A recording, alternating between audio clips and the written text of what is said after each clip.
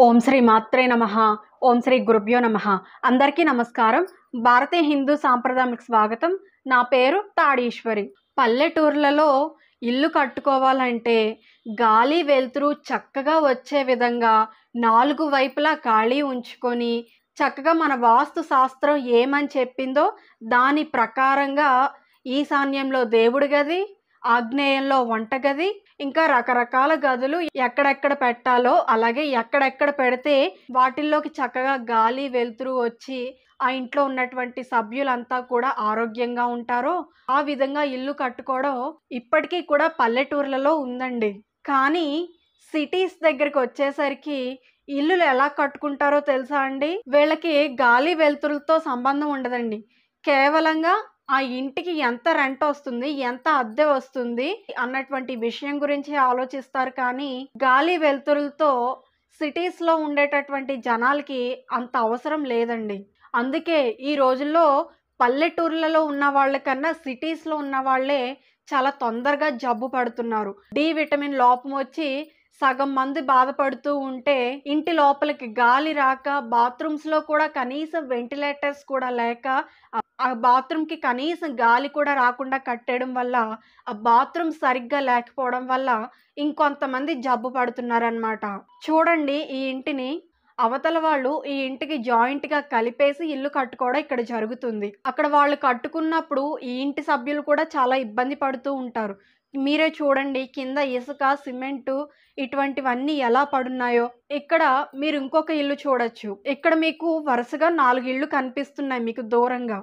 అవి 4 కూడా ఒక ఇంటికి ఇంకొక ఇంటికి మధ్య చిన్న గ్యాప్ కూడా లేకుండా జాయింట్ చేసి కట్టబడి ఉండడం మీరిక్కడ చూడొచ్చు. మన ఆరోగ్యం కోసం కనీసం ఒక అడుగు స్థలాన్ని వదులుకుంటే ఏమైపోతుందండి? కానీ సిటీస్లో ఉన్నటువంటి జనాలు ఆరోగ్యం కోసం ఆలోచించే విషయం గురించి అస్సలు ఆలోచించరు.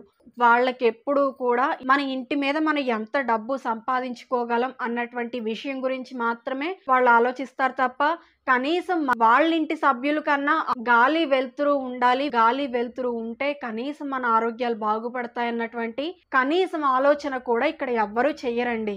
కాబట్టి ఇటువంటి ఇళ్ళు ఇలా ఉంటే అది వాళ్ళ ఇంటికి అరిష్టమా కాదా చెప్పండి?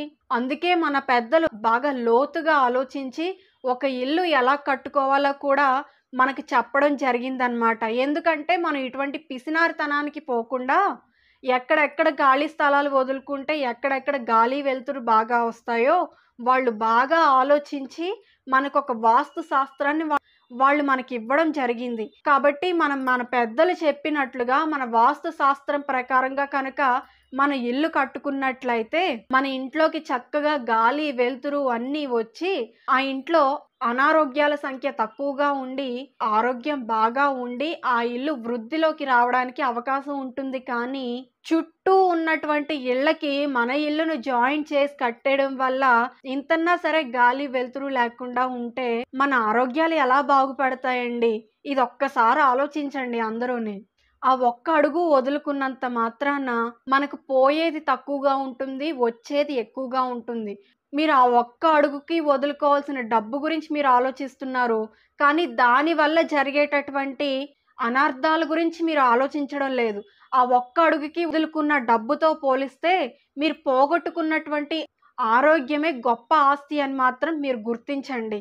సిటీస్లో ఎలాగో ఇటువంటి కట్టడాలు వచ్చేసాయి, కానీ కనీసం పల్లెటూర్లు, చిన్న చిన్న టౌన్లు, చిన్న చిన్న పట్టణాల్లో అన్నా సరే ఇలా కట్టుకునేటటువంటి కల్చర్ రాకుండా గాలి వెలుతురు చక్కగా వచ్చేటట్టుగా కట్టుకొని అందరూ చాలా చక్కగా ఆరోగ్యవంతులుగా ఉండాలని ఎప్పటికీ సిటీస్లో ఉండే ఇళ్ల పరిస్థితి పల్లెటూర్లలో ఉండే ఇళ్ల పరిస్థితులకు రాకూడదని నేను కోరుకుంటున్నానండి. సరేనా అండి?